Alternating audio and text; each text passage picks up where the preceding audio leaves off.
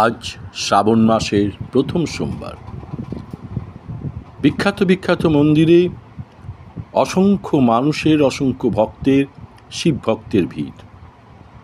কোথাও দূর থেকে জল ঢালা হচ্ছে, কোথাও তুরন্ত 30 বা 40 সেকেন্ড, খুব জোরে 1 মিনিটের মধ্যেই পুজো সাঙ্গ হয়ে যাচ্ছে ভক্তদের।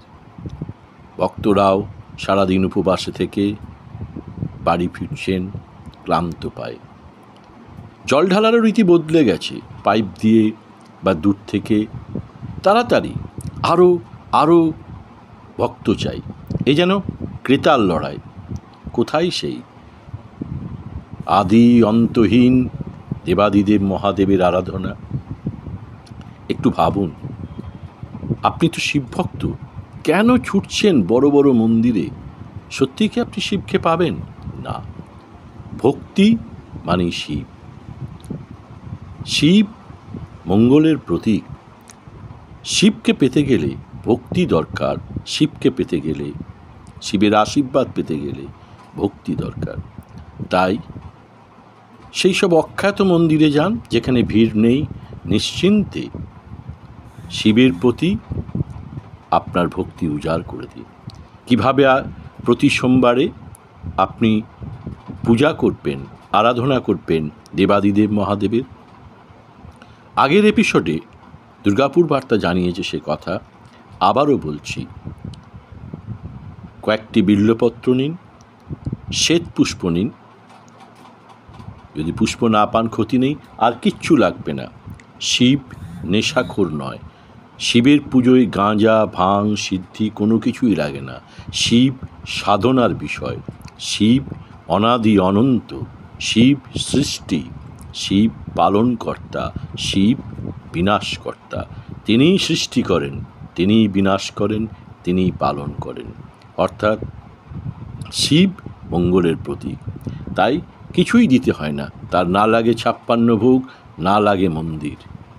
আপনি সেই সব এলাকায় অখ্যাত মন্দিরে যান যেখানে ভিড় নেই। প্রথমে খুব সুন্দর করে দেবাদিদেব মহাদেবকে ঘি মাখান, তারপরে তার সাথে দুধ ঢালুন, তারপরে জল দিয়ে ভালো করে স্নান করান। তারপর তার মাথায় বিল্বপত্র দিন, আর বলুন ভক্তি ভরে, ওম নমঃ শিবায়। পারলে 11 বার, আরও বেশি হলে 108 বার মন্ত্র জপ করুন। ধীরে ধীরে চোখ বুজে আসবে, হৃদয়ের সাথে শিবের এক যোগসূত্র স্থাপন হবে। তবেই হবে আপনার শিব আরাধনার উপায় এবং পথ। শিব আরাধনা কোনো বিখ্যাত মন্দিরে হাজার হাজার মানুষের মাঝে কয়েকটা মিনিট, 1-2 মিনিটের মধ্যে পুজো, কিছু মন্ত্র। আপনি কোন গোত্রের, আপনি কোন বর্ণের, আপনি কোন ধর্মের, তা তো দেবাদিদেব মহাদেব দেখেন না। দেবাদিদেব মহাদেব সৃষ্টি করেছেন, তিনিই পালনকর্তা, তিনিই বিনাশকর্তা। তাহলে তারই সৃষ্টিকে তিনি কি ভাগ করবেন? হতেই পারে না। ভক্ত, ভক্তি আর ভগবান এক সরল রেখা। হাজার চেষ্টা করেও ভক্ত, ভক্তি আর ভগবানকে আলাদা করা যায় না। তাই মন ভরে কোনো অখ্যাত মন্দিরে যান, সেখানে গিয়ে আপন মনে দেবাদিদেব মহাদেবকে স্নান করান, আর বিল্বপত্র রাখুন তার মাথায়। বলুন ওম নমঃ শিবায়। সময় নষ্ট করবেন না বিখ্যাত মন্দিরে অসংখ্য মানুষের মাঝে দীর্ঘ প্রতীক্ষার মধ্য দিয়ে কয়েক মিনিট বা কয়েক সেকেন্ডের পুজো দেওয়ার জন্যে। ওভাবে আপনি শিবকে পাবেন না।